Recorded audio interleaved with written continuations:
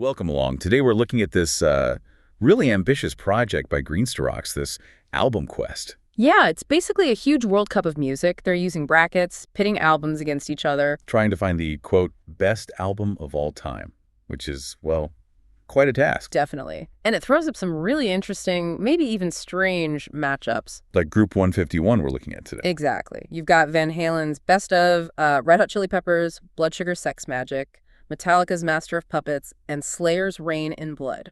Wow, okay. So a greatest hits package against three, absolute genre-defining albums. That's the tension right there, a compilation versus these, singular artistic visions. So how did this group shake out? What came out on top?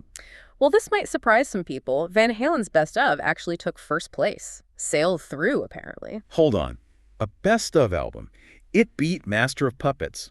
Seriously. That's what the results show. So we're saying a mix of David Lee Roth era stuff and the Sammy Hagar years. Yeah. That collection is somehow better than Puppets. Well, better might be the wrong word.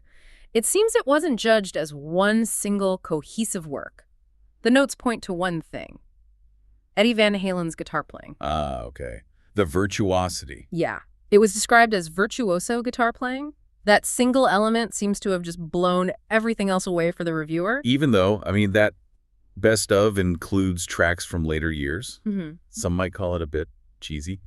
AOR-ish. Right. The notes even mention that some of it slides into cheesy AOR, album-oriented rock, polished, radio-friendly. So that commercial appeal, even the AOR side, didn't hurt it. It actually helped it win. It seems the sheer force of Eddie's playing overcame any drawbacks about, say, compilation inconsistency or that AOR sound. Okay. Well, to understand what they didn't value, maybe we should look at the bottom. Who came last? That was pretty decisive, too. Slayer's Rain in Blood. Dead last. Ouch. Yeah. What was the reasoning there? Rain in Blood is legendary for its speed and intensity. And that seems to be exactly the problem, according to these notes. The relentless speed was seen as a total disregard for quality. Wow. Harsh. Very. The review called the attempts at being harsh and violent, unintentionally funny. Funny. Slayer. Yeah. And they specifically called out lyrics like, decapitated bodies found on my wall, your head, described them as utter garbage. Okay, so sheer speed and brutality were definitely not what this reviewer was looking for. Not in this group, no. It seems technical skill and maybe some level of accessibility won out over pure aggression. Which brings us to the middle ground, then. Metallica versus the Chili Peppers. RHCP took second. That's right. Blood Sugar Sex Magik came in second. And Master of Puppets third. Why did Metallica fall behind the funk? The critique of Master of Puppets was about its structure. It was seen as too formulaic. The Metallica formula. Kind of, right. Yeah. The slow intro, the build-up, then that huge, chunky 4-minute freight train of a riff, followed by a whiny guitar solo. They actually called the solo whiny. Yep.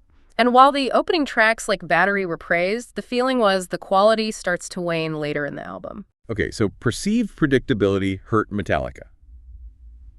And the Chili Peppers. They got praised for being damn fine funky sheep, basically. Well, the drumming and guitar work were called top draw. That rhythmic quality, the funk groove, that's what pushed it ahead. Was there any criticism? Just that maybe the album's a bit long, loses focus sometimes, which, is a common comment about some RHCP albums. But the core musicianship won out over Metallica's structure here. Right. So the final ranking for Group 151 is Van Halen first, RHCP second, Metallica third, and Slayer fourth. Exactly. Van Halen for the guitar god factor, Chili Peppers for the funk and rhythm, Metallica dinged for formula, and Slayer just completely missed the mark for this reviewer. Looking at the bigger picture of this album quest, what does this group tell us?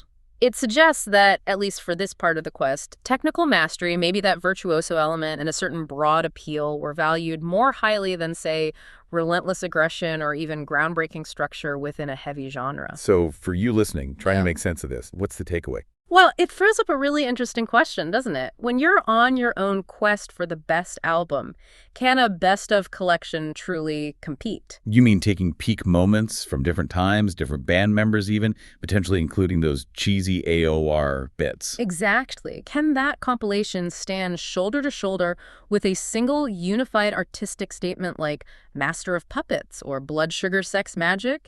Does it even count in the same category when you're talking about the best album? That's definitely something to chew on. Does the whole outweigh the sum of the very polished parts? It challenges the whole idea of what makes an album a masterpiece in this kind of competition, something for you to think about.